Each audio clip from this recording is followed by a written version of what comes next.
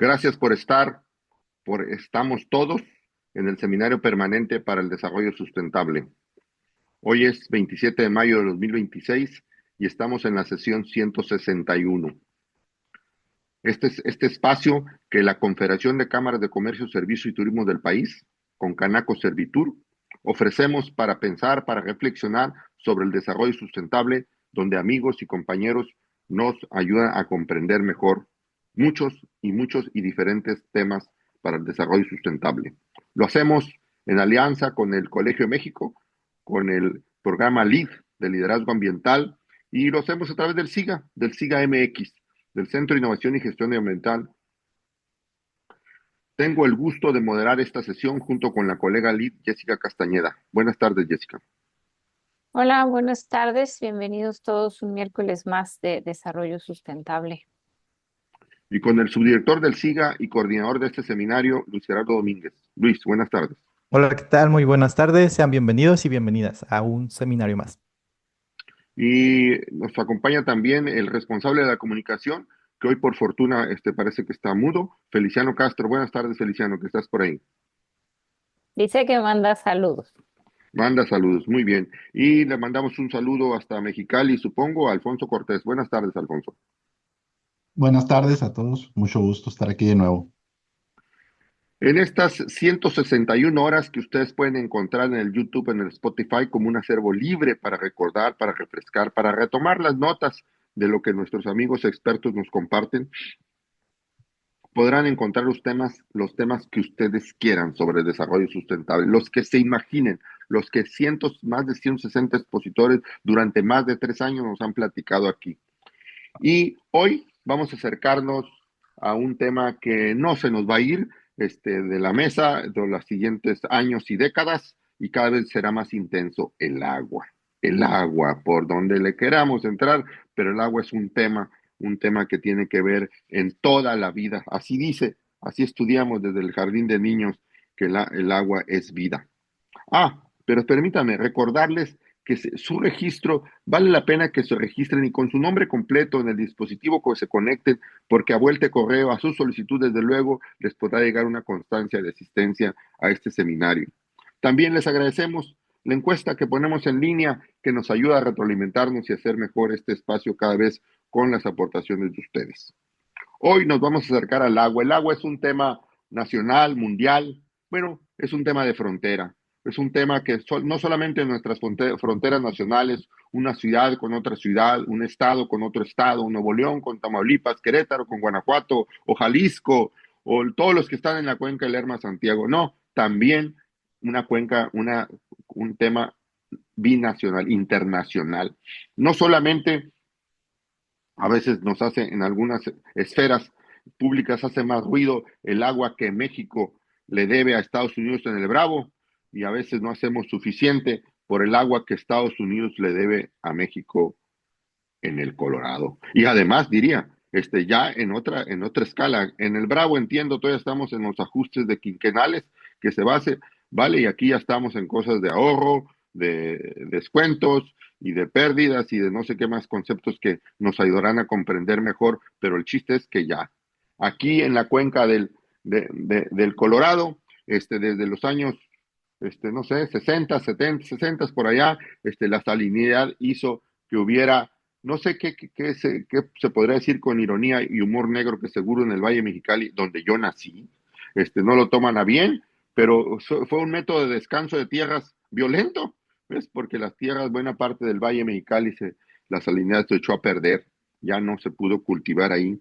Eso hace ya algunas décadas, pero también hace menos años, la controversia de pavimentar o no el canal todo americano, All American, que está entre Yuma y Valle Imperial, nos ponía a México en entredicho, con un tanto de falta de visión, tal vez, de un concepto binacional o regional, y entonces México protestaba porque las filtraciones, vamos, las pérdidas de agua podrían ser amenazantes, no solamente para la recarga del acuífero del Valle Mexicali, sino también hasta para la geotérmica, suponíamos muchas cosas y entonces pues México se oponía. De cualquier manera, se pavimentó una parte o la mayor parte, solo quedó un pequeño tramo por ahí con temas ambientales que no se hizo.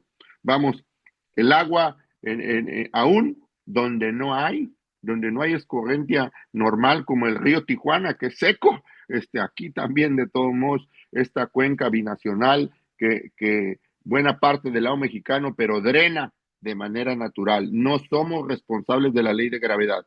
Somos responsables de muchas cosas, pero de la ley de gravedad no, ¿eh? Es así, no es así. Y de todos modos, pues estos escurrimientos de agua no limpia, terminan en el norte de la frontera.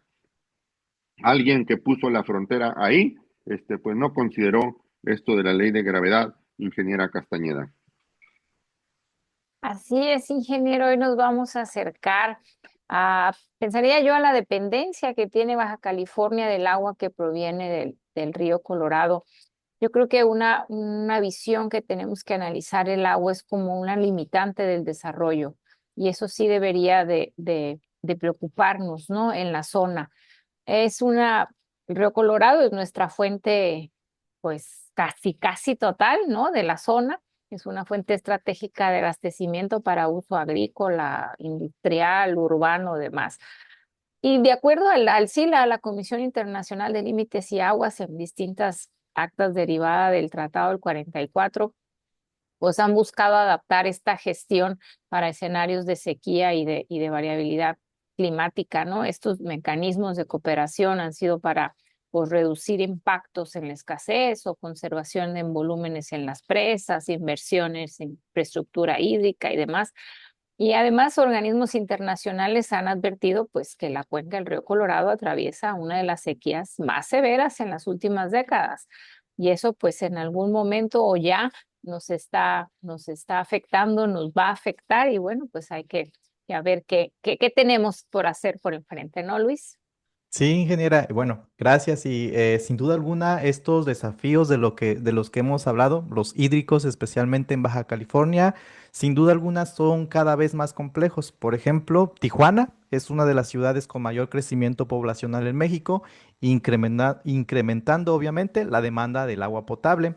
La región enfrenta aquí, región norte, condiciones de estrés hídrico severo, agravadas por sequías prolongadas y sobreexplotación de acuíferos. El cambio climático, otro factor, podría reducir aún más la disponibilidad del agua en el noroeste del país, según proyecciones de la Comisión Nacional del Agua.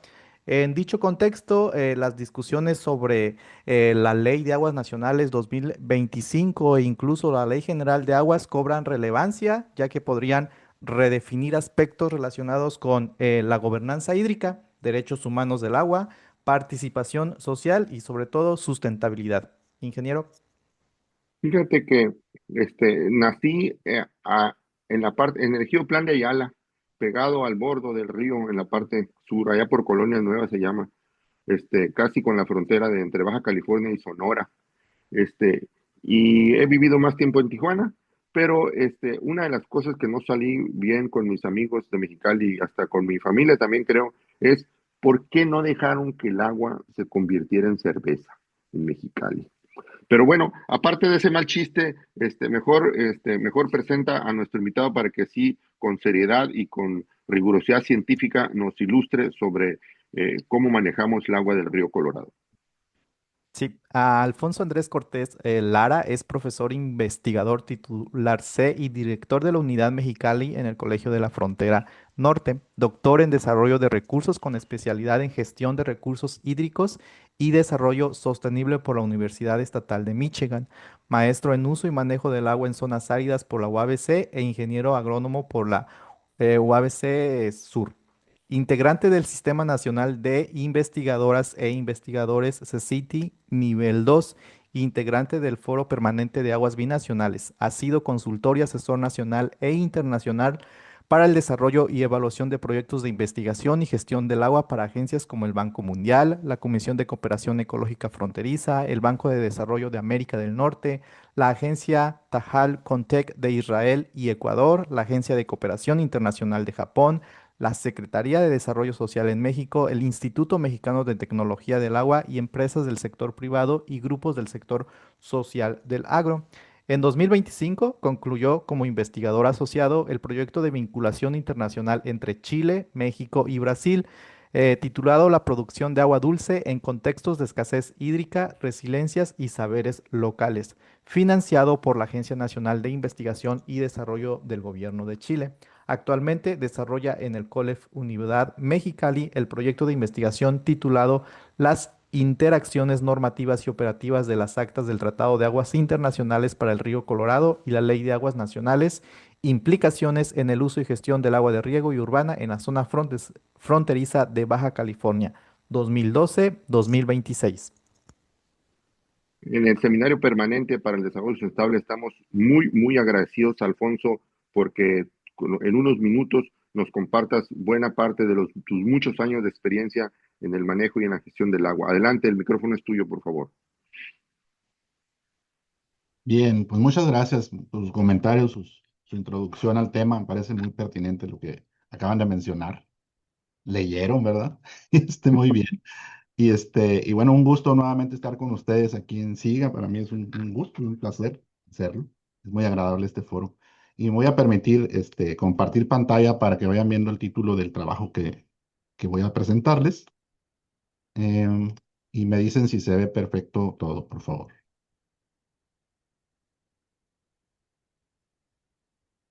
¿Cómo vamos?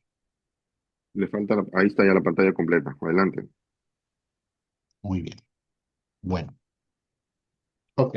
Ahorita tocaron en el antecedente, ¿no? En mi ficha curricular. Y bueno, de lo más reciente que he estado haciendo, bueno, siempre he trabajado los temas de aguas transfronterizas, pero resulta que muy recientemente ha pasado algo muy particular en la región, ¿sí? Y los dos cambios institucionales principales que han ocurrido, es decir, las modificaciones de las leyes nacionales y la creación de una nueva ley general de aguas, pero también las actas que se han generado recientes para el río Colorado, resulta que tienen un impacto que coincide en una región. Nada más, este es el caso tan particular de todo el país, posiblemente de las dos naciones, es Mexicali, ¿sí? Y si algo afecta a Mexicali, Valle, afecta a las ciudades de la zona fronteriza, necesariamente, de una u otra forma. Entonces, más o menos en ese sentido va mi presentación, por eso llamé así, los desafíos que vamos a tener ahora de aquí en adelante para la gestión del agua en la región fronteriza. Vamos a vincular entonces, pues, cómo se interaccionan, tiene que ver con el último proyecto que estoy desarrollando, pero también con la experiencia de algunos añitos que tengo por aquí trabajando el tema. Entonces, bueno, vamos a dar inicio a esta presentación. ¿Cuál es el objetivo? Pues primero describir, ¿no?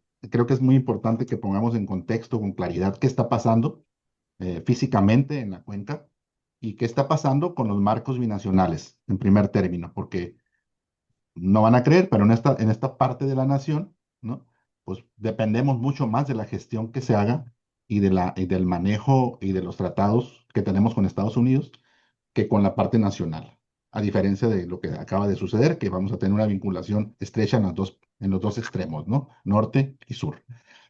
Y también vamos a revisar pues las implicaciones de estas adecuaciones, justamente las adecuaciones a la Ley de Aguas Nacionales, eh, ¿en dónde, en qué?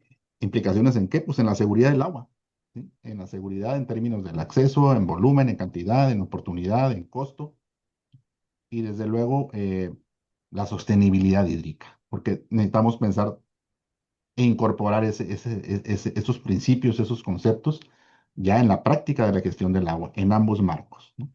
Bueno, entonces más o menos por ahí van los objetivos. ¿Cómo podemos empezar a entender la complejidad de esto? O sea, la complejidad de nuestra región, de por sí, la frontera en norte de México o la franja fronteriza, todos lo sabemos, hay una interdependencia compleja con Estados Unidos, hay una situación muy particular en esta franja de los 100 kilómetros o de 300, como lo queramos ver de la línea hacia el sur. Y hay conceptos que nos ayudan a entender esa complejidad en el ámbito de la gestión del agua, de la gestión transfronteriza del agua, o la gestión de aguas transfronterizas, que se pueden dar los dos casos. Bueno, pues para entenderlo tenemos que ver entonces que estamos en un marco de sequía, en un concepto que ya se ha ampliado a la mega sequía que ocurre en todo el norte, en toda Norteamérica, y desde luego que afecta a la cuenca del río Colorado completamente, y a todo el suroeste de Estados Unidos y norte de México. Bueno, entonces estamos con esto, este primer concepto que debemos tener claro, y que nos lleva a una crisis hídrica, desde luego. Luego tenemos la parte de, bueno, ¿a quién golpea esta situación, ¿no?, física? Pues a la gente, a los grupos que compiten por el mismo recurso escaso, y eso genera, pues, estira y afloja, relaciones de poder, ¿no? Y entonces aquí estamos hablando de que no solamente hablamos de un ciclo hidrológico del agua, estamos hablando de un ciclo hidrosocial. Están implicados medio ambiente, sociedad y recursos naturales. En este caso, el agua del río Colorado. Y luego tenemos que interconectarnos, pues, para poder decir, ok, aquí sí está la situación, aquí es donde pegan en los actores. ¿Y qué buscamos? Pues buscamos, al final de cuentas, esta seguridad hídrica que les decía, eh, acceso en diferentes términos, una gobernanza, ahorita lo mencionaba Luis Gerardo, una gobernanza ambiental democrática, le llamo yo, es decir, una toma de decisiones que nos lleve a definir las mejores alternativas. Pero además, en esta particular zona necesitamos una gobernanza adaptativa por los cambios que están ocurriendo en la cuenca, una gobernanza adaptativa por crecimiento poblacional, por la dinámica fronteriza, y también una gobernanza multinivel. ¿Sí? Aquí entran los niveles locales, municipales, estatales, federales y binacionales. Y eso es otra característica sui generis de esta región. Y desde luego lo que buscamos como meta también es el otro concepto que necesitamos incorporar para poder entender la complejidad, es el de sostenibilidad hídrica. Es decir, garantizar el recurso hídrico en actuales y futuras generaciones y para el medio ambiente y las actividades productivas y para la sociedad.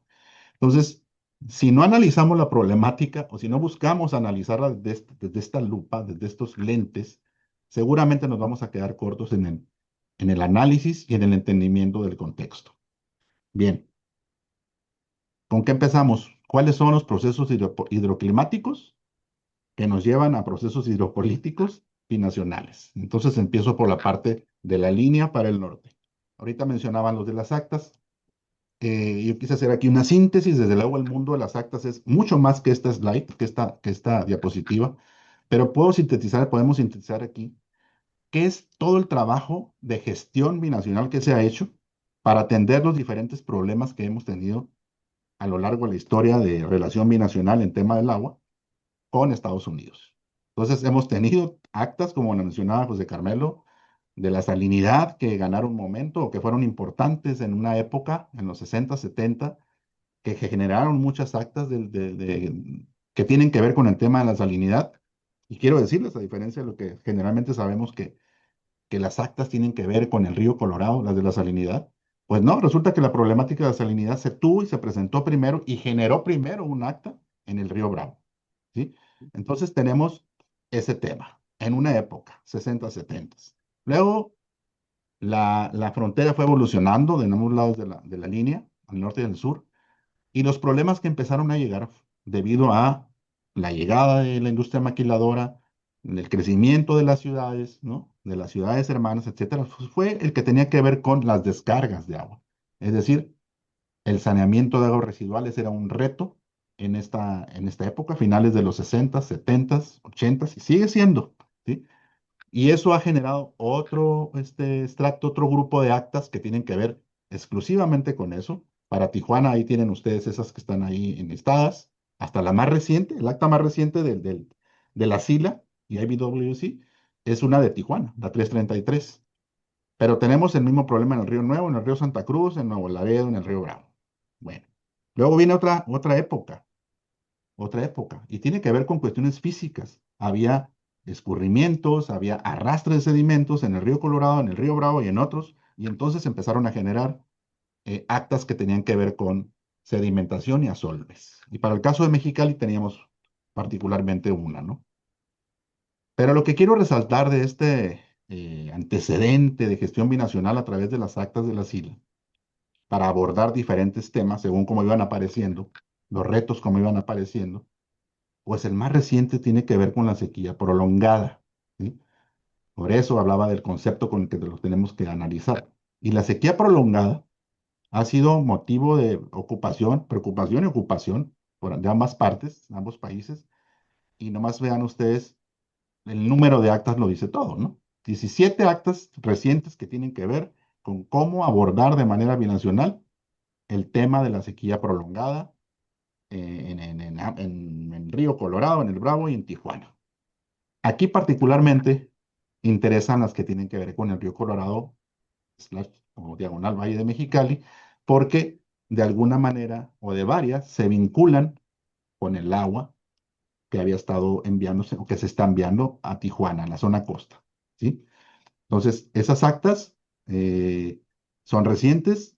Le pongo post 2026 porque yo sé que en este momento se están discutiendo las actas que van a sustituir a las que caducan o las que tienen vigencia hasta el 31 de diciembre del 26 para el caso del Río Colorado, que son el acta 323 y 330.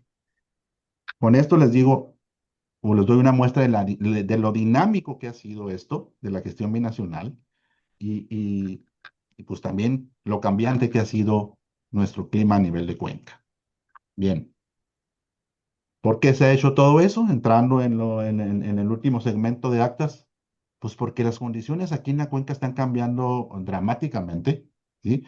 Este número que es era el de entrada mayormente conocido a la región, 1.850 millones de metros cúbicos, ya no es un número tan familiar para todos, porque está cambiando todos los años, con los recortes, con las reducciones y con los ahorros, que son diferentes conceptos, ¿verdad? Pero al final de cuentas todos son menos agua para los usuarios de la cuenca y desde luego para la parte mexicana de la cuenca, ¿no?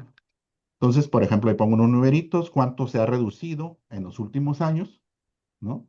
14%, 19% en el 2025, 10% será el recorte de este año y el año que entra. Lo pongo así, pero les puedo adelantar que va a ser un recorte mayor que el del 2025 y desde luego que el del 2026, porque las condiciones están tristemente estresantes a nivel de cuenca y sobre todo en la cuenca alta, que es donde se genera el agua, ¿no? Y todo esto tiene que ver con, desde luego, la alta variabilidad climática, el movimiento de las temperaturas, particularmente este invierno, y por eso no me aventuro. Adelanto decirles que va a haber un recorte importante para el 27 porque las condiciones en la cuenca alta no han permitido la acumulación de nieve. Y si no hay acumulación de nieve adecuada, entonces no hay escurrimiento adecuado. Y si no hay escurrimiento, entonces no hay almacenamiento. Y el almacenamiento determina cuánta agua se va a repartir entre los usuarios de la cuenca, sobre todo de la cuenca baja. Y esa situación ha sido muy crítica este invierno que acaba de pasar. ¿Cómo estamos ahorita? Esta es una radiografía muy precisa, ¿sí? Es un esquema también.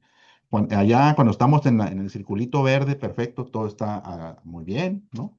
Cuando la presa Hoover está en ese nivel, es una medida de 1.219 el máximo, 1.219 pies sobre el nivel del mar como referencia para ver cómo va bajando el nivel en esa presa.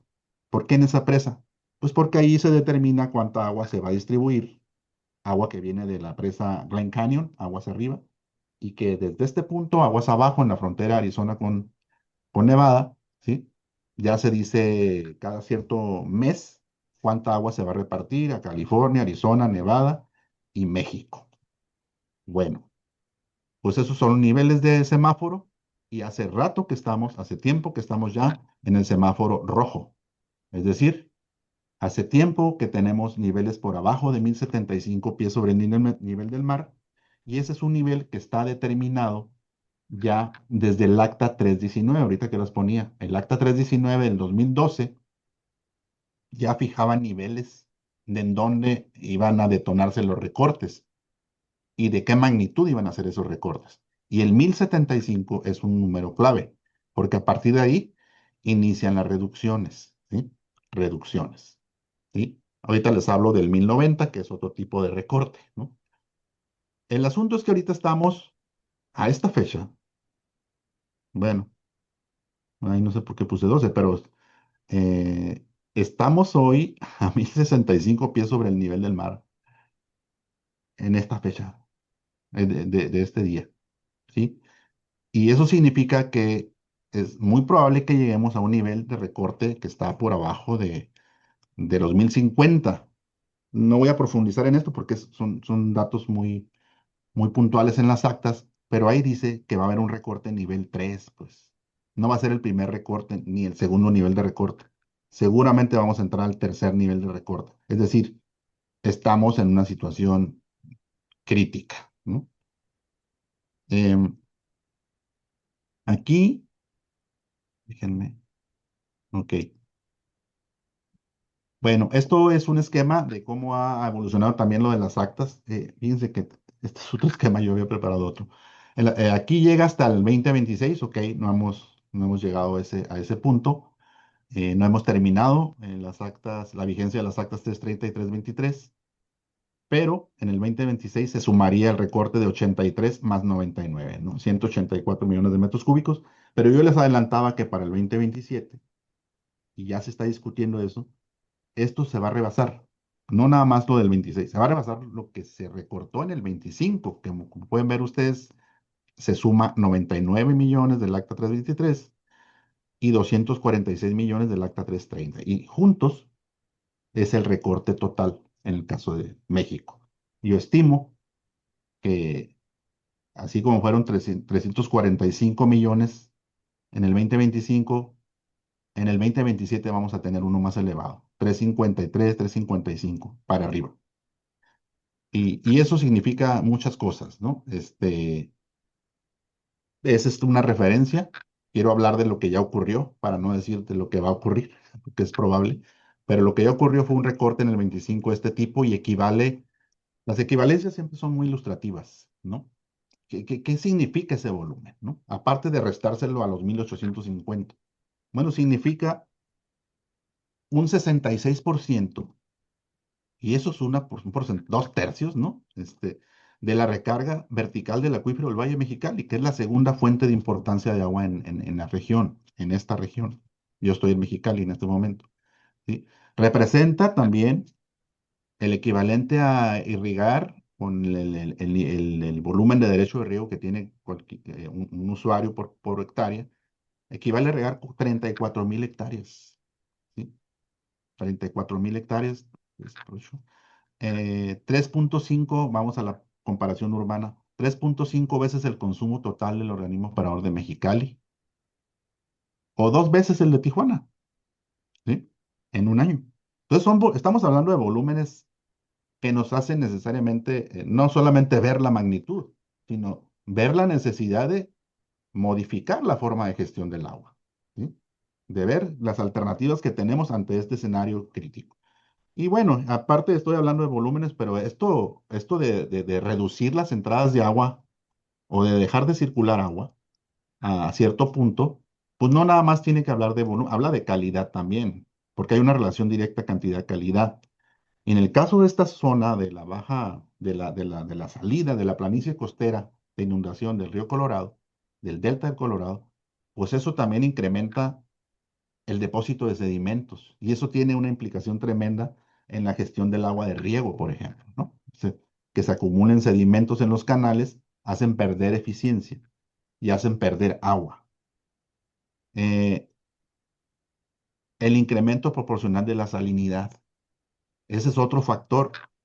Entonces, aunque tuvimos un acta, la 242, que se firmó en 1973, que se llamaba, o se llama, Solución Definitiva al Problema de la Salinidad, pues nosotros podemos ver hoy en día que con los recortes establecidos en la 319, en la 323, en la 330, para el río Colorado, el problema de la salinidad se sigue generando, ¿sí?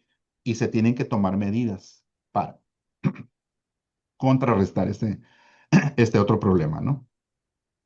Y aquí está más o menos la información. Obviamente es información proveniente de Estados Unidos, pero me parece una muy buena base de referencia de un problema colateral, de un problema que necesariamente se presenta porque el río Colorado tiene esa naturaleza, arrastra sedimentos, se mineraliza y en esta zona desértica se saliniza, ¿no? Entonces, fíjese nada más todo lo que representa la salinidad con los recortes, ¿no? ¿Sí? O sea, las fuentes de salinidad del río son naturales principalmente, es decir, si tengo menos agua fluyendo, se va a salinizar el agua del río Colorado. Y si eso ocurre, el principal impacto está en la cuenca baja y al final de la cuenca del río Colorado, es decir, en el Valle de Mexicali. Entonces, ahí tenemos datos del Valle de Mexicali, cuánta agua, cuántas sales entran, ¿sí? Cuántas toneladas se transportan, cuántas se remueven y por lo tanto, cuántas quedan aquí siempre en los suelos, ¿no? Afectando a una superficie promedio, ¿sí? De 40,000 hectáreas. Es una zona muy conocida en el Valle de Mexicali, inclusive se le llama así, la ruta de la sal. Y aquí está, ¿sí? Las sales que entran a México van a un punto particularmente. Una parte es contaminación difusa, sí, pero por las características edafofisiográficas del Valle de Mexicali, que esta es una parte un poco elevada, ¿no? No es totalmente plano el valle. Entonces, este círculo verde que ven al centro es una parte elevadita, es como si fuera un gran surco, y, o la copa de un gran surco, y pues ahí es donde se empieza a asentar las sales por diferentes cuestiones, características del suelo, características topográficas, etcétera. El asunto es que tenemos una acumulación que va evolucionando, que se controla con las actas a nivel binacional, pero que de repente no sabemos qué va a pasar si los recortes, porque se controlaba con las actas sin recortes, ¿no? Pero con recortes la situación es diferente, ¿sí? Y entonces, obviamente, aunque se tomen previsiones en el acta 330, perdón, se toman, ¿no? Hay un recurso de 5 millones de dólares para contrarrestar el problema de salinidad que se va a generar por los recortes, pero pues realmente no sabemos qué volumen de sales se van a acumular en 3 años, ¿no? Que son los que tienen que ver con el acta última de aquí, la 330. El asunto es que ese es un problema paralelo. Y este problema, quiero insistir en él porque casi regularmente no volteamos a ver el de la calidad que genera un recorte de agua, ¿eh? El recorte lo vemos, es más tangible, sabemos que un volumen menos va a entrar y que va a afectar a ciertos sectores y ciertas superficies o ciertos usuarios, ¿no? Pero el de la salinidad, yo creo que tiene una repercusión mayor, ¿sí? Y vean ustedes, justamente desde el año en que empezó la sequía prolongada, que es el invierno del 90 bueno, es el invierno del último año, 1999. Ahí, a partir de ese invierno, se marca como el inicio de la sequía prolongada que nos acompaña hasta este día y que continuará. Y justamente, si observan esta línea, es muy ilustrativa, la línea de abajo, ¿sí? La línea roja es el estándar que tenemos que cumplir, está en el acta 242, ¿no? Que tenemos que tener cierto nivel de salinidad. Habla de un diferencial. El acta dice que debe haber una diferencia X entre México y Estados Unidos, entre la presa Morelos de México y la presa Imperial de Estados Unidos, que están muy cerca. Eso lo representa las líneas de arriba, la verde y la azul, ¿sí? La presa Morelos es la de arriba, obviamente siempre va a tener una salida mayor, la que entra a México, y la presa Imperial es la verde, ¿no? Entonces, ustedes ven un diferencial. Bueno, ese diferencial es la norma. Hay que cumplir un diferencial de 131 o 121, perdón, más o menos 30 partes por millón. Es decir, 121 menos 30 o 121 más 30. El límite superior es 151 partes por millón. Pues esa parte, por los recortes recientes o a partir de la sequía, que inició en el año 2000, ¿no? En el primer registro, pues Estados Unidos ha tenido dificultades para cumplir con eso, ¿no? Es la línea azul que va sobre la línea roja en la parte inferior de la gráfica.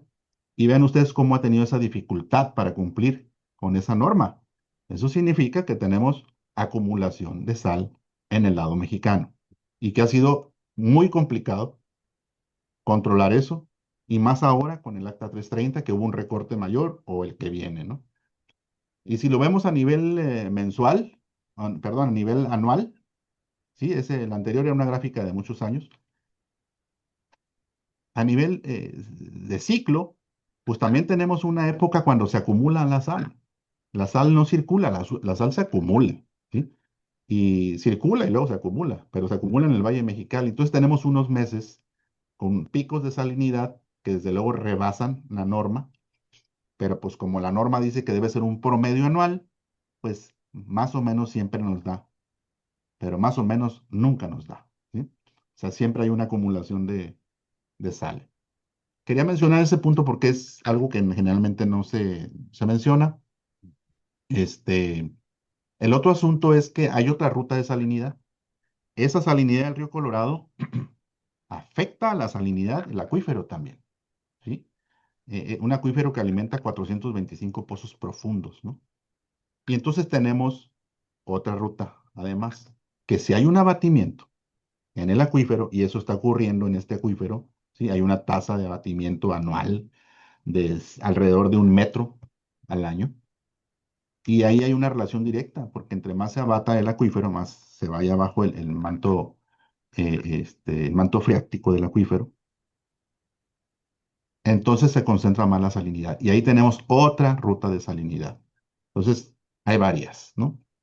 Bien, esta parte de lo binacional lo voy cerrando en esta parte, con esta imagen, eh, porque las últimas actas están focalizadas, o sea, están focalizadas en el Valle de Mexicali. O sea, gran parte de los proyectos de financiamiento para infraestructura hidroagrícola, pues están en el acta 318, 319, perdón, 323 y 330, que se enfocan en infraestructura de riego para optimizar el agua, para conservar agua, ¿sí?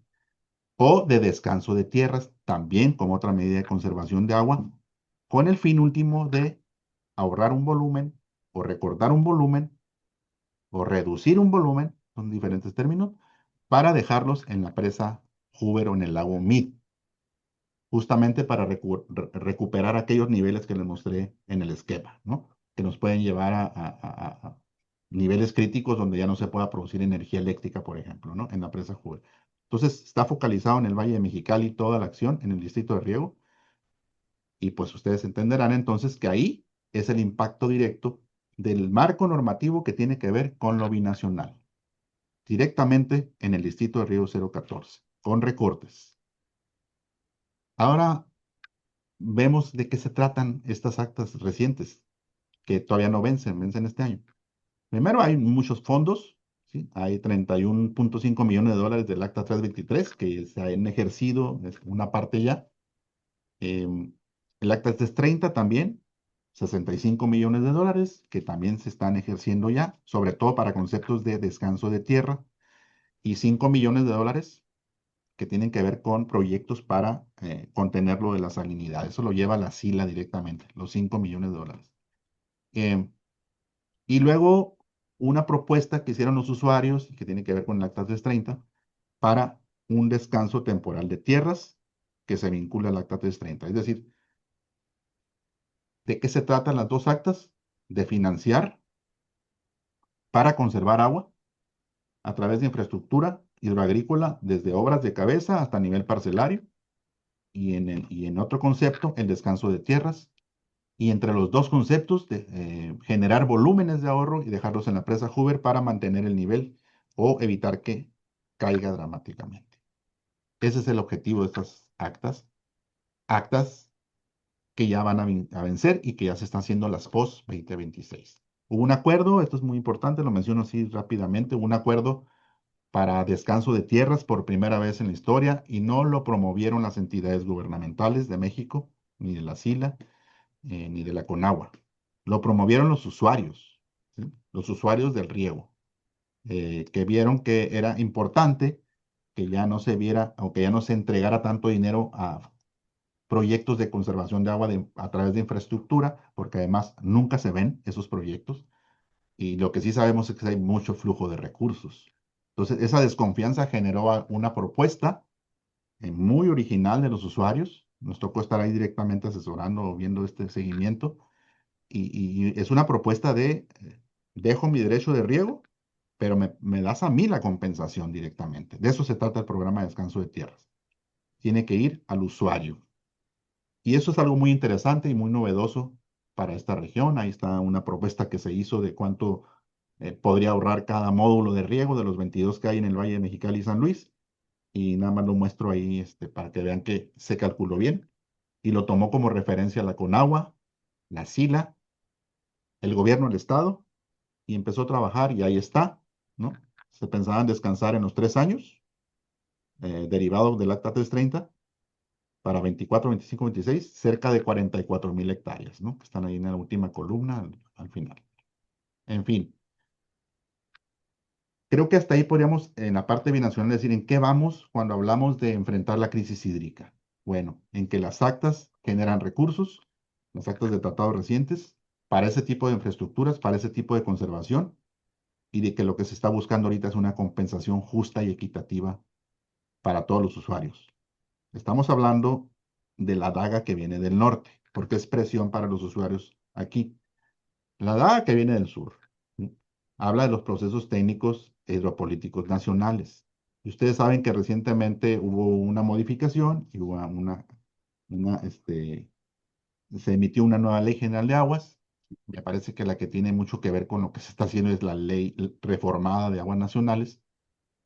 Y en esa ley, a nivel nacional, el distrito de riego otra vez es el foco de atención.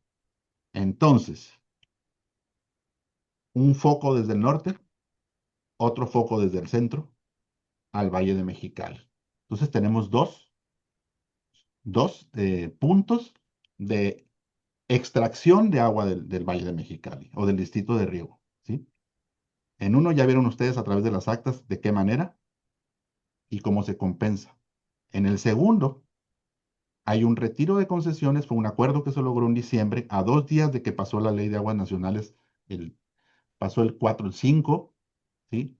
Y el día domingo 7 ya se estaba negociando con la gobernadora de Baja California, pues cómo le iban a hacer, porque los agricultores no se podían, ni querían, ni iban a permitir que se les retiraran concesiones a cambio de nada, ¿no?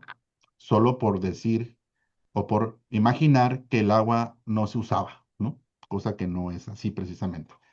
Lo que quiero mostrar aquí es que nuevamente esta región es crítica porque de aquí se está buscando extraer pues todos los volúmenes posibles habidos y por haber, ¿sí? Y de hecho ya se hizo, ¿no? Hay un acuerdo, en enero se modificó, el acuerdo era de extraer en diciembre 80 millones de metros cúbicos cada año, lo que era lo que se enviaba normalmente a Tijuana por transferencia, ya está prohibida la transferencia. Pero en enero se modificó y lo que se va a enviar de enero del 26 hasta toda la eternidad, mientras no cambie ese volumen, es 114 millones de metros cúbicos. 114 para la zona costa. Tecate, Tijuana, Rosarito y Ensenada. Entonces, obras de retención. Hay un antecedente para esto, importante. Vean la fecha, junio del 25. Esto que les acabo de mencionar ocurrió en diciembre del 25. Un acuerdo de 80 millones de metros cúbicos con el distrito de riego de sacar concesiones y reasignarlas a la zona costa, a cambio de 70 millones de pesos. ¿Para qué periodo? 2026, 2027. Nada más, esta administración estatal. En enero se modifica. Pero antes, en junio, ya había habido un planteamiento desde el centro que había puesto muy tensos a los usuarios del riego del distrito de riego 014, ¿sí? Porque se hablaba de que va a haber un recurso para tecnificación del riego, tecnificación parcelaria, es decir, lo mismo de las actas, ¿eh? No más que ahora desde el marco nacional. Y ustedes van a ahorrar agua y necesitamos el agua que ahorren, porque el agua que ahorren la vamos a reasignar. En junio del 25, para que vean que no era algo nuevo en la ley de diciembre, en junio del 25 ya se hablaba de que se tenían que obtener 100 millones de metros cúbicos al año del distrito de riego 014 para reasignarlos a Tijuana, zona costa, pues no es Tijuana nada más.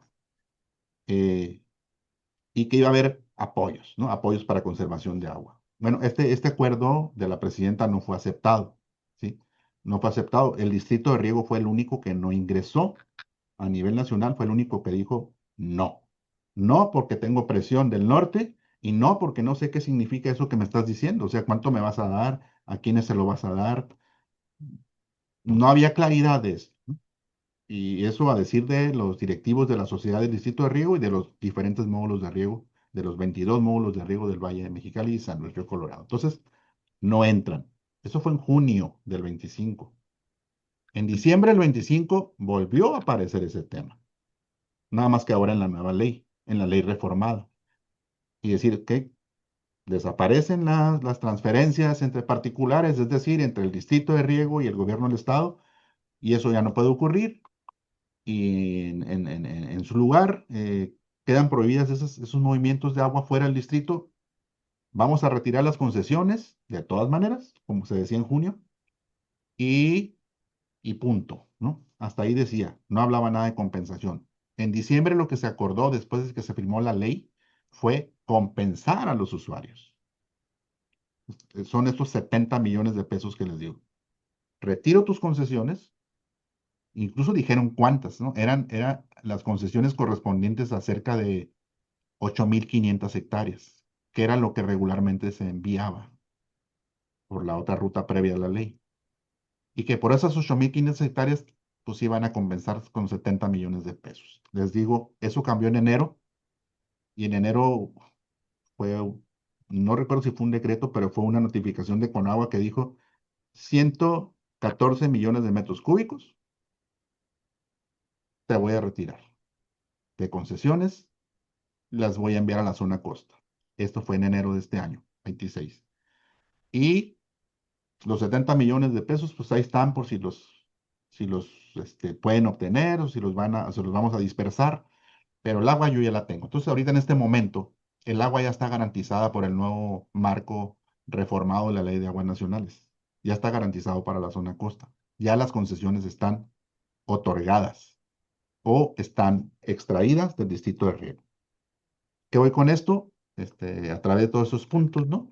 Se recuperará agua no utilizada, se reasignarán para uso público urbano, seguridad hídrica para las ciudades enfocada, responsabilidad hídrica para usar bien el agua en el campo. O sea, todos estos conceptos están ahí en la ley, ¿no?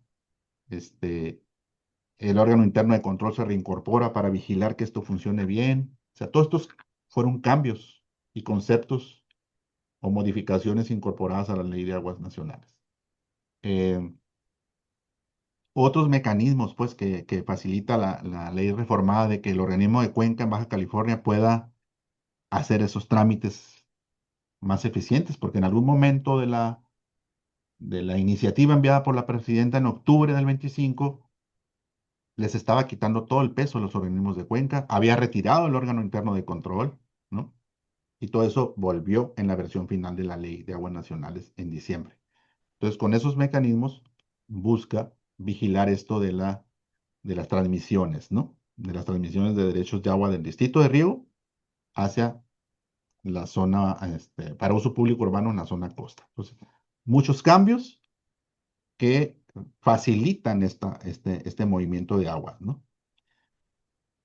Bien, estos son comentarios de todos los cambios que se hicieron. Me tocó estar por allá en varios días. Se hicieron muchísimos cambios entre la iniciativa de la presidenta y la versión final. Pero al final lo que afectaba a esta región y por lo tanto a la zona fronteriza era el que prohibía desde luego las transmisiones de derechos entre particulares y que a este momento esa modificación, esa reforma a la ley, pues ya otorgó volúmenes de agua para la zona costa y ya retiró concesiones de agua de riego en el Valle de Mexicali, particularmente en el Valle de Mexicali, ¿eh? En San Luis no, porque esto es un asunto del gobierno del estado. Entonces, ¿qué estamos viendo aquí? Que ese acuerdo compensatorio que les decía de diciembre eran estos datos, ¿sí? Eran esta información, lo que se discutió muy fuerte muchos días. La gobernadora estaba sentada con nosotros negociando, el secretario de gobierno, el secretario del agua, los organismos operadores y desde luego el distrito de riego. Y este fue un acuerdo del 19 de diciembre para pagar esta cantidad de 70 a 80 millones, con 80 millones de metros cúbicos o más, y ese o más creo que se lo tomaron muy en serio. 8.500 hectáreas de riego o más, nuevamente, y un pago para condición por servicio de riego en los módulos, que son gastos de operación. Les digo, este acuerdo ya se modificó en unas semanas. En enero esto ya no eran 80 millones de metros cúbicos, eran, repito, 114 millones de metros cúbicos, lo cual significa mucho más de 8.500 hectáreas de riego, tal vez 10.000, 11.000 hectáreas. Bien,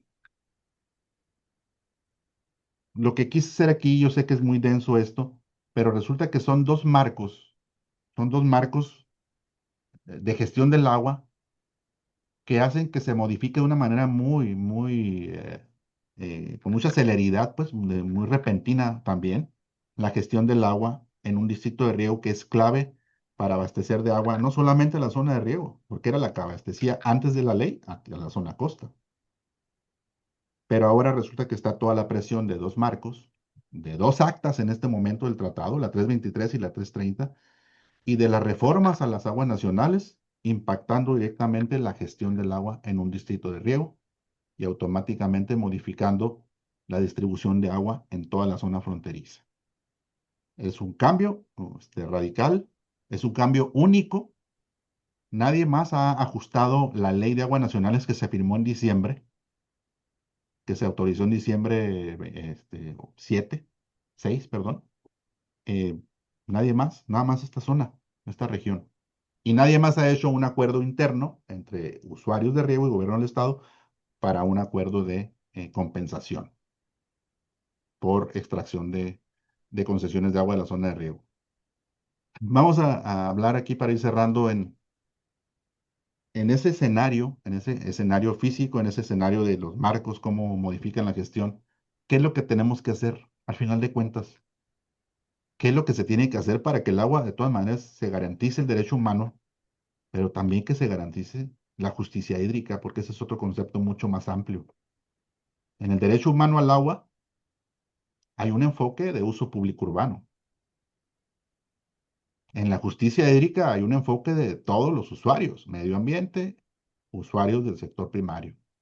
Es más amplio. Entonces yo creo que, ¿cómo podemos lograr eso? Pues, ¿cómo podemos adaptarnos a esto? Por eso les hablaba de una gestión adaptativa. Pues, si nosotros restringimos nosotros como, me refiero como comunidad local, ¿no? En alineación con tomadores de decisiones, ¿no? Académicos, estudiantes, usuarios, restringir proyectos de uso intensivo del agua. Eso es clave, ¿no? Hace poco estábamos tomando decisiones horribles, ¿no? De traer empresas altamente consumidoras de agua. Imagínense si se hubiera aceptado esa empresa refrescante, ¿no? Pues ahorita estuviéramos peor, ¿no? A ver, ¿quién le iba a dar el agua? Ellos la tenían garantizada porque cambiaron su uso de uso agrícola, lo cambiaron a uso urbano. La tenían aseguradita. Pero bueno, entonces, restringir ese tipo de proyectos, por lo menos vigilarlos y decidirlos bien.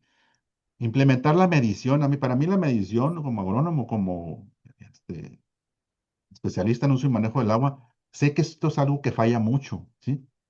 No lo tenemos afinado, esta labor, ¿no?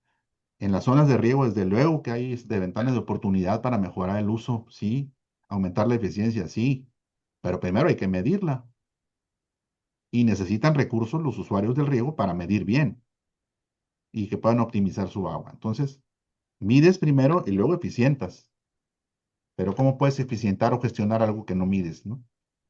Luego, desde luego, lo de los cultivos, estoy hablando de lo que se puede hacer en la zona donde se genera el agua en la región, ¿no? Los cultivos, pues sí, son cultivos hídrico-intensivos. La alfalfa tendremos que pensar en cómo irla sustituyendo o la misma alfalfa modificarla por otro tipo de forrajes, ¿no? Hay alternativas, ¿sí? Este, eh, Trébol alejandrino, ramio, ya se usa en Argentina, en otras partes del país para sustituir a la alfalfa porque consumen el 50%. Y la alfalfa es el cultivo que más agua consume aquí. Y yo no tengo nada en contra de los alfalferos, pero necesitamos ver de qué manera optimizamos el agua en ese sector y en general en todo el sector riego, para precisamente beneficiar al sector riego primero y luego ver de qué manera se pueden transmitir, si es posible transmitir o, perdón, reasignar concesiones a otros usos. Lo del descanso temporal de tierras en la parte binacional era muy importante.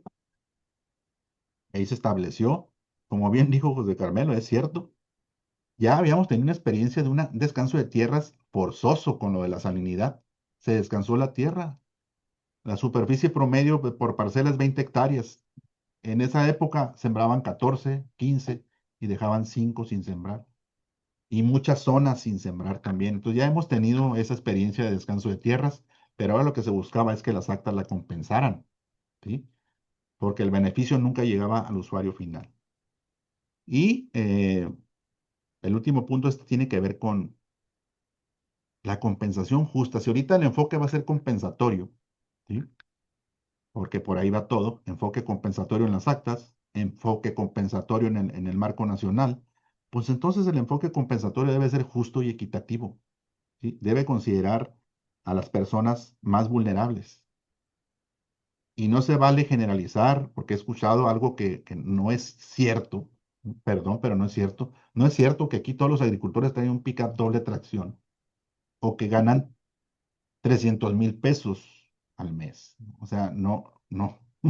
Entonces no sé de dónde salen esas ideas, ¿verdad? Pero no, aquí hay un productor promedio y no es de alto nivel económico. Entonces, veamos exactamente qué tipo de usuarios y productores tenemos en el Valle de Mexicali, de tal manera que puedan ellos desarrollar adecuadamente su actividad y ceder justamente concesiones que se están necesitando en la zona costa. Medir es lo que les decía, necesitamos tener siempre si esta es nuestra área de interés crítica o estratégica del Valle de Mexicali, es hipotético esto, pues entonces tenemos que tener todas las mediciones claras, precisas, qué entra, qué sale por el cielo, por los acuíferos, por el drenaje del río Nuevo, qué se va por el acueducto, qué se infiltra. Esto necesitamos hacerlo de manera sistemática, ¿sí? Porque esto es muy cambiante y más con los recortes y no se hace oficialmente. Bien, cierro con esto. Esto va a continuar. Si no le quieren llamar cambio climático, no hay problema. Hay una alta variabilidad climática y eso afecta el flujo de agua y el almacenamiento en las presas. Eso continuará. Los que tenemos que hacer, pues adecuar los marcos de gestión primero, ¿no? Porque esos son los que, ¿cómo se dice? Incentivan de qué manera se tiene que usar el agua en los diferentes sectores. Entonces, ¿hay una rapidez para adecuar esto en el marco binacional? Sí. Ahorita les acabo de hablar de un montón de actas, 17 actas que tienen que ver con esto en esta región. Y vienen otras, ya está lista para el 27 y 28. Entonces, es muy dinámico, ¿sí? Y el que me preocupa es el otro, el marco nacional, eh, porque los pendientes son muchos y yo no sé si ese marco nos dé para enfrentar todos estos temas. Ahorita estamos hablando del de sequía prolongada. Estoy en el tercer punto. Pero ¿y qué onda? ¿Qué con las aguas subterráneas? Ahí no tenemos nada, no tenemos un marco binacional de gestión y tampoco interno, ¿no? O sea, ojo con esas otras fuentes de agua. Ojos con lo de la calidad y el impacto en la salinidad. Eh, los asolves, que si tú reduces la velocidad de flujo, tienes asolves que afectan. Y eso afecta a un envío a Tijuana, por ejemplo, ¿no? Porque sale desde el distrito de riego. Entonces, necesitamos pensar en las otras cosas que se generan eh, con el origen de una sequía prolongada. Para que esto funcione, lo he dicho en varias veces, me han visto por allá platicando en Tijuana, y para mí la clave es una cosa particular. La tecnología, la técnica, lo sabemos, los programas se pueden hacer, es decir, la parte técnica está ahí, se conoce qué se debe hacer, cómo eficientar, qué cambiar. ¿Qué poner como opción 1? ¿Qué poner como opción 100? El problema es que si no tenemos una gobernanza democrática del agua, entonces la toma de decisiones seguramente es errónea, porque estamos tomando decisiones no óptimas, o no estamos priorizando adecuadamente las alternativas. Y ahí es donde está fallando el asunto en la gestión del agua en esta región, ¿sí? En la medida que impulsemos una gobernanza democrática, es decir, donde todos podamos participar, ciudadanizar los procesos, eh, utilizar los foros que hay para participar y tomar decisiones. Hay un foro ciudadano de la SILA, hay consejos de Cuenca que están prácticamente detenidos, ¿sí? Pero en la medida que se incorporen las demás los demás actores sociales y productivos de una región, y que no dejemos la toma de decisiones en los que siempre las toman de una manera vertical o de arriba para abajo, pues entonces va a seguir fallando esto. Sí, vamos a seguir determinando una priorización errónea de opciones. Y necesitamos, desde luego, en el sector agua, donde hay tanto flujo de recursos, ahorita les mostré los millones de pesos o los millones de dólares que hay, ¿quién los vigila? ¿Sí? ¿Dónde se aplican? ¿Quién decide cómo aplicarlos? O sea, ahí hay una opacidad tremenda, ¿sí? Hay una falta de transparencia en el sector agua de todos, no estoy hablando nomás del riego, que desde luego también lo hay. Muchísima opacidad, y eso nada más se puede hacer o se puede modificar a través de una vigilancia social efectiva y una participación en la toma de decisiones mucho más directa. Entonces, pues con esto les comparto la idea. Gracias.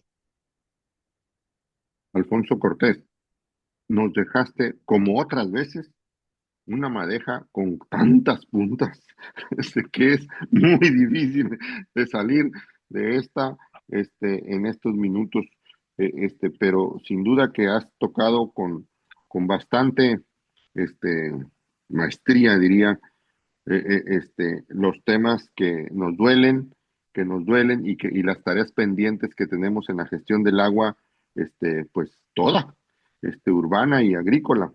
Eh, este, me pregunto si hay cosas como, o sea, las transmisiones de derechos de agua desde antes estaban prohibidas y sucedían, ¿no? Se puso Ujú. en una ley ahora y se intenta retomar la rectoría, entiendo, del Estado, pero aquí se hizo un bis porque el gobierno del Estado de todos va a comprar el agua o a compensar el agua, ¿no? No sé si le cambiaron de nombre a la partida, pero de todos modos está ahí, ¿no? Para poder sobrevivir, sobrellevar el tema con los usuarios y los derechos de agua ganados con todos estos años en el sector agro. Y cuando te refieres a qué empresas y empresas igual de agro, igual industrias de alto consumo, y lo dijiste con bastante precisión, la alfalfa. Y entonces, aparte del tubo de agua que viene el agua que viene por el tubo desde Mexicali hacia la costa, pues también vienen en la carretera, tractocamiones con alfalfa, con agua virtual, ¿no? Exacto. En todo caso, y que también vienen a la costa, ¿no? Y no está cuantificada como no está la subterránea. Wow, wow, que tenemos temas para muchas horas, pero vamos mejor a lo que el público nos esté comentando, por favor. Adelante.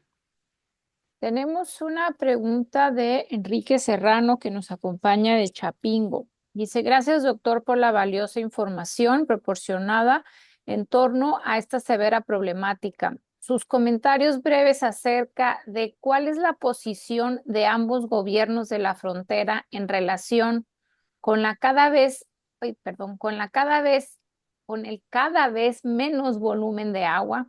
¿Permanecen en contacto ambos para atender el problema? ¿Qué prevén al respecto? Tenemos otra de Julio Valdivieso del Estado de México. Preguntan, se supone que el río Colorado nace en las montañas rocallosas. ¿De dónde viene la salinización? Gracias. Y una más de Demetrio Ambriz dice, la población de esa zona conoce el detalle de estas especificaciones de condición de agua. ¿Qué sentimientos les despierta? ¿Tranquilidad, ansiedad o se prefiere ignorar? Adelante, Alfonso. Gracias. Ay, los sentimientos son los que más tenemos a flor de piel. Este, es que es altamente complejo y a muchos sectores los afecta y a todos nos tensa, ¿no?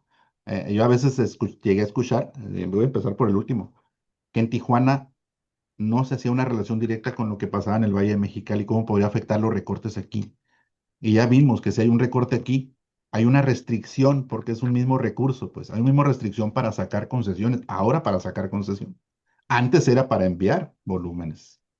Entonces, pues todos nos estresamos, no nada más el Valle de Mexicali. Entonces sí nos genera muchos sentimientos encontrados. Tenemos que negociar, desde esta región tenemos que negociar con contrapartes estadounidenses y con contrapartes nacionales y con contrapartes estatales. O sea, Ujú. no sé si pueden visualizar a un agricultor volteando para tres partes: Estados Unidos, Ciudad de México y Tijuana. Sí se pueden imaginar qué sentimientos tiene, ¿verdad? Ahí la dejo. Julio, voy al revés, ¿no? Julio Valdivieso de Estado de México, la salinidad, sí, nace en las rocallosas, pero viene arrastrando y mineralizándose. ¿Sí? En las rocallosas hay una concentración salina de 55 o 50 partes por millón. Y aquí llegando a la línea del río Colorado son 1,200 partes por millón. O sea, es un arrastre natural y también es un arrastre de sales que se van generando por uso antropogénico, ¿no? Uno es natural y otro es antropogénico. Ahí ponían la grafiquita que las fuentes de salinidad son naturales y antropogénicas, ¿no? Y de servicios. Entonces, sí, está muy bonito el río, pero de la línea para el norte, ¿no? Este, Enrique de Chapingo, eh, la postura, creo que ha habido para mí el Tratado de Aguas Internacionales y el mecanismo de las actas es uno de los más efectivos a nivel global, ¿sí? Yo no digo que sea agradable para las partes tener que decidir estar recortando, pero el mecanismo como tal es muy efectivo. Es, es ir adaptando el tratado, porque es un tratado que está sobre las aguas, que está sobre las leyes nacionales, ¿eh? Los tratados internacionales siempre. Y si tienes un mecanismo adaptativo como las actas, en donde dices, oye, tenemos este problema que te lo permite abordar, no sé si resolver, pero abordar rápidamente, pues entonces vamos bien en el entendimiento de lo que tenemos que negociar conjuntamente y las reducciones, le puedo mencionar a Enrique y a todos, no nos gusta ni a los de Estados Unidos ni a los de México, ¿no? Y generalmente a los del Valle de Mexicali menos, ¿no? Porque ahí directamente va el recorte, directamente va a una superficie que se reduce. Entonces, eh, pues esa es la percepción, es la posición. Hoy, al día, estamos apenas terminando un acta. Miren, fíjense bien, están vigentes dos actas. Una se firmó en el 2017, 2020, la 323, y otra se firmó hace 3 años, en el 2024, hace dos. Y las dos están juntas enfrentando una sequía, con recursos para los mismos conceptos, por cierto. Digamos que fue una ampliación. Y viene una que ya prácticamente está lista. En unos meses la van a anunciar para ver cómo se va a poner el asunto para 27 y 28 con recortes. No nos gustan a nosotros y no nos gusta a nadie. Fíjate, estos recortes, Alfonso, que hablas de reducción, de ahorros, de diferentes, y el énfasis, a lo mejor habría que explicarlo con mayor detalle, el énfasis que haces sobre el nivel de la Hoover y que tiene que ver en estos aspectos por el nivel que se necesita para generar la electricidad. Y este es un concepto que pareciera diferente. Y también lo que el público nos dice ahora y que tú lo has manejado en otras ocasiones también, este modelo de tratado y de administración de la cuenca misma del río Colorado, de gestión y de adaptación, cómo puede ser un modelo tropicalizado en otras regiones donde son conflictivos el agua. Como dijiste, este es un modelo muy, muy elaborado y con mucho seguimiento. Creo que valdría la pena también en algún momento abordarlo con mayor detalle, porque los conflictos del agua, como lo dijiste hace un momento, o las tensiones alrededor del tema del agua, pues serán nacionales, subnacionales, internacionales, pero el tema no se nos va a ir y cada vez va a ser mucho más intenso. Creo que eso vale la pena que gente, expertos como tú que han dedicado la vida al estudio de esto, de la gestión del agua, nos sigan ilustrando en ese sentido. Pero vamos a lo que el público nos esté pidiendo, por favor. Por parte de Óscar Troncoso de Ciudad de México, buenas noches, qué tema tan interesante y muy clara la exposición. Gracias. El maestro en ciencias, Alejandro Muñoz Brito, quien nos acompaña de Morelos, excelente ponencia, muchas gracias. Por parte de las preguntas, por ahí una observación, al momento de ingresar, por favor ingresen con su nombre completo, pero por parte de alguien que se registró como bióloga, pregunta, excelente presentación. ¿Cómo afecta el retiro de las concesiones y la nueva reforma a la ley? Segunda pregunta por parte de Raúl Bonillas Tenorio, que nos acompaña de Tijuana. Buenas tardes, excelente presentación. Para el caso de la zona costa que dispone de 114 millones de metros cúbicos, ¿cómo se regula a cada ciudad el uso responsable del agua? ¿Hay sanciones a los funcionarios de las comisiones? No operan actualmente bajo indicadores de desempeños claros. Hay mucho desperdicio por fugas y retraso en las reparaciones. Y una última, Felipa de Jesús Rodríguez, quien nos acompaña de Durango. Buenas tardes. Considero el contexto actual de la nueva ley de aguas nacionales que prohíbe la compraventa de derechos hídricos entre particulares para priorizar el uso doméstico y la postura del sector agrícola, que señala una falta de consenso. ¿Cuál considera usted que debería ser el mecanismo legal o técnico más viable para resolver la disputa por el agua en la zona urbana de Ensenada, garantizando el derecho humano al agua sin comprometer la productividad económica del sector agropecuario local? Adelante, Ok, Alfonso. bien, voy a tratar de sintetizar esto. Para la persona bióloga, el retiro de las concesiones, ¿cómo afecta? Directamente hay un afectado. Es el Valle de Mexicali, concretamente, no es el distrito de riego en su conjunto que abarca el Valle de San Luis. ¿Por qué? Porque las concesiones van a la zona costa del estado de Baja California. Entonces, hay un afectado inmediato, inmediatamente después de pasar las reformas a la Ley de Aguas Nacionales. ¿En qué sentido? Pues es reducción de superficie. El volumen el monto de compensación no es, ni siquiera se ha dispersado, hay una confusión tremenda de cómo se va a hacer eso, entonces el agua ya se tiene garantizada, pero la compensación no.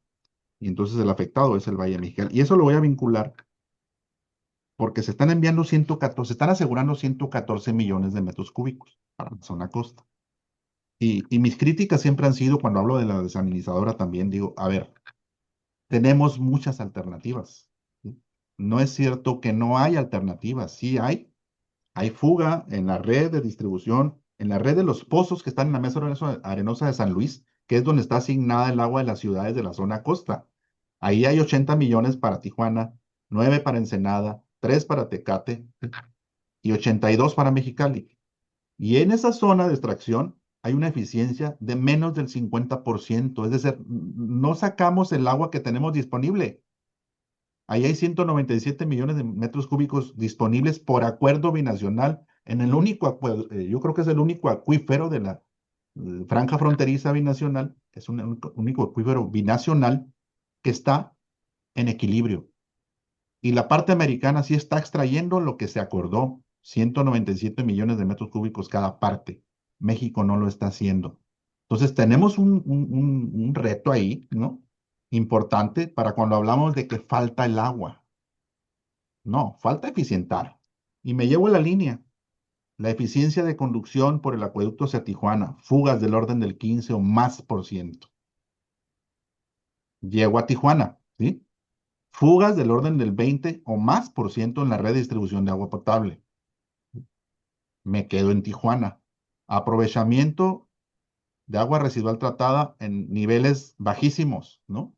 1 o 2%.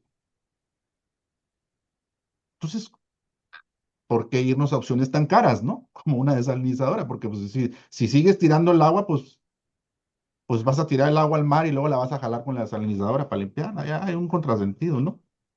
Creo que hay muchas cosas por hacer, ¿no? De parte de los sectores y regiones que demandan el agua, ¿sí?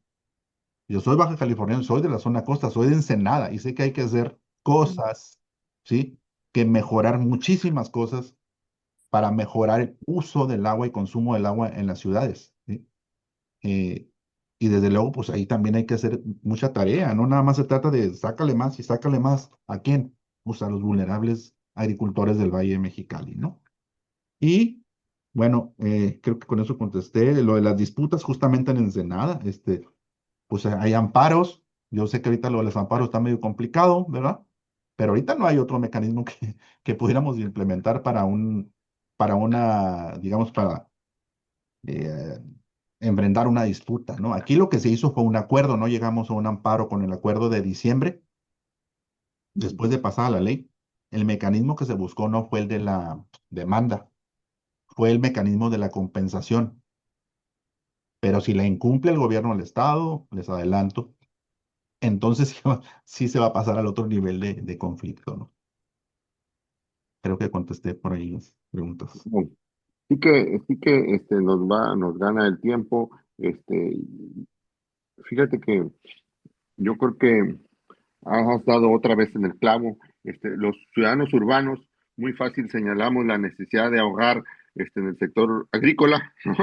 Porque lo vemos a distancia, pero lo que nos duele localmente en fugas, en reuso, en pérdidas, entonces dices, wow, si el concepto fuera que las fugas y el reuso se considerara como una fuente alterna de abasto y le pusiéramos pesos y la cotizáramos, a lo mejor competiría fácilmente contra Osmos Inversa, ¿no? O contra otros sistemas de ahorro, porque el agua seguro tiene un valor, entre comillas, o precio, digamos, ¿no? Puesta en Tijuana que puesta en Mexicali, ¿no? Y esto de la mesa arenosa que nos dices, bueno, pues es terrible. Vamos, si tenemos una última ronda de nuestro público, por favor. Sí, Adelante. tenemos otras dos fáciles, muy fáciles. Sí, Dice, Alfonso excelente puede con todas. ponencia, Miguel Ángel Sánchez de Ciudad de México. Dice, excelente ponencia. Desde una perspectiva crítica y técnica, ¿cuál es su evaluación del actual sexenio frente a las problemáticas prioritarias con la gestión y disponibilidad de agua? ¿Considera que México cuenta hoy con la capacidad institucional, técnica y financiera para enfrentar y resolver desafíos de esta magnitud de manera sostenible? Y tenemos una más de Ana Fátima que nos acompaña de aquí de la ciudad de Tijuana. Dice, buenas tardes, muchas gracias por su tiempo, increíble exposición.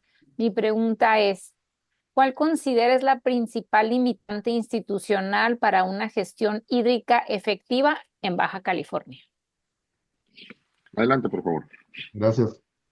Sí, justamente aquí esto dan el clavo en los marcos, ¿no? Esto nos lleva a los marcos. ¿Qué tanto? Y voy a poner una muestra nada más para vincular el cambio que se acaba de hacer o la reforma que se acaba de hacer en diciembre del 25 a la Ley de Aguas Nacionales y cómo inmediatamente, y estoy diciendo inmediatamente literal, ¿eh?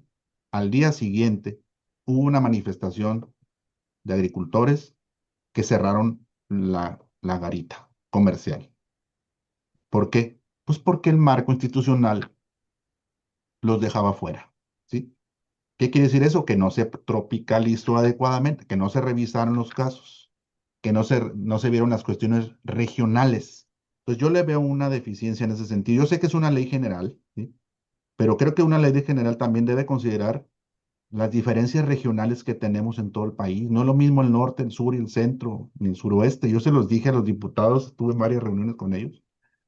Al diputado que nos representaba a California les dije, oye, pero tú eres de Mexicali, o sea, si te fijas que hay una situación muy diferente a las demás, o sea, ¿cómo le van a hacer para incorporar eso al marco institucional? Entonces, yo sí tuve una visión, tengo una visión crítica, este, el marco institucional debe ser mucho más flexible.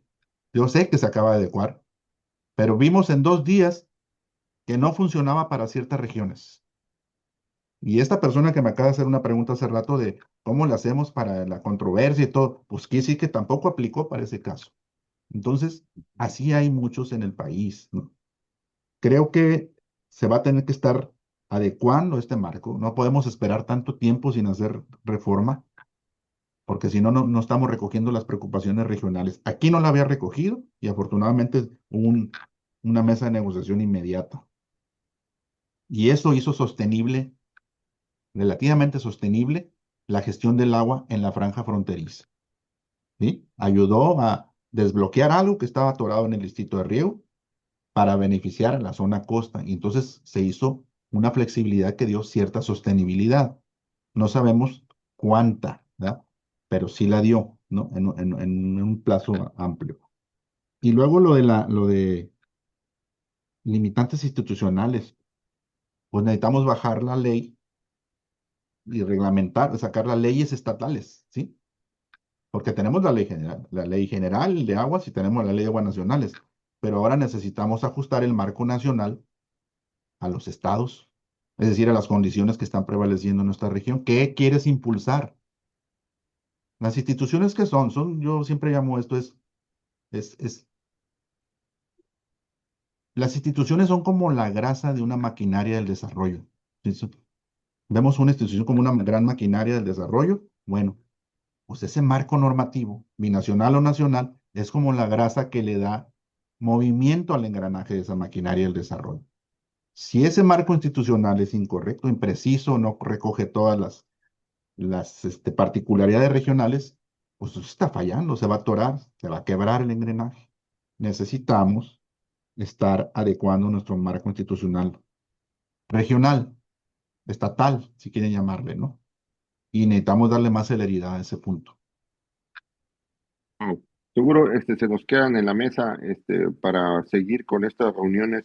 El tiempo nos gana, nos queda pues el cambio climático, nos queda el niño, nos queda, bueno, todo lo que podríamos venir, pero al final también tú pusiste en una de tus reflexiones finales es la gobernanza, este concepto que nos ayude pues a discutir y a dirimir y que los actores que tengan que ver tengan un espacio y sean interlocutores de tomar mejores decisiones. Alfonso, ¿con qué mensaje te quieres despedir, por favor? Pues con ese mismo que acabas de mencionar, porque es el más importante para mí. Pero una gobernanza no de esas que leemos en cuadernillos, no, una gobernanza ambiental democrática incorpora a todos los actores y al medio en una toma de decisiones horizontal. Ojalá que para allá vayan las leyes que faciliten eso, la estatal, la nacional, y también se metan ese tipo de variables en la binacional. Necesitamos más participación de actores locales, porque generalmente no toman la decisión los actores locales. Oh, Gracias. gracias, Alfonso Cortés, por haber estado en el Seminario Permanente para el Desarrollo Sustentable. A quienes nos acompañaron este miércoles, les recordamos que todos los miércoles, así que nos vemos el próximo miércoles para seguir platicando de desarrollo sustentable. Muchas gracias y hasta la próxima semana. Un Hasta luego. gusto. Gracias a ustedes.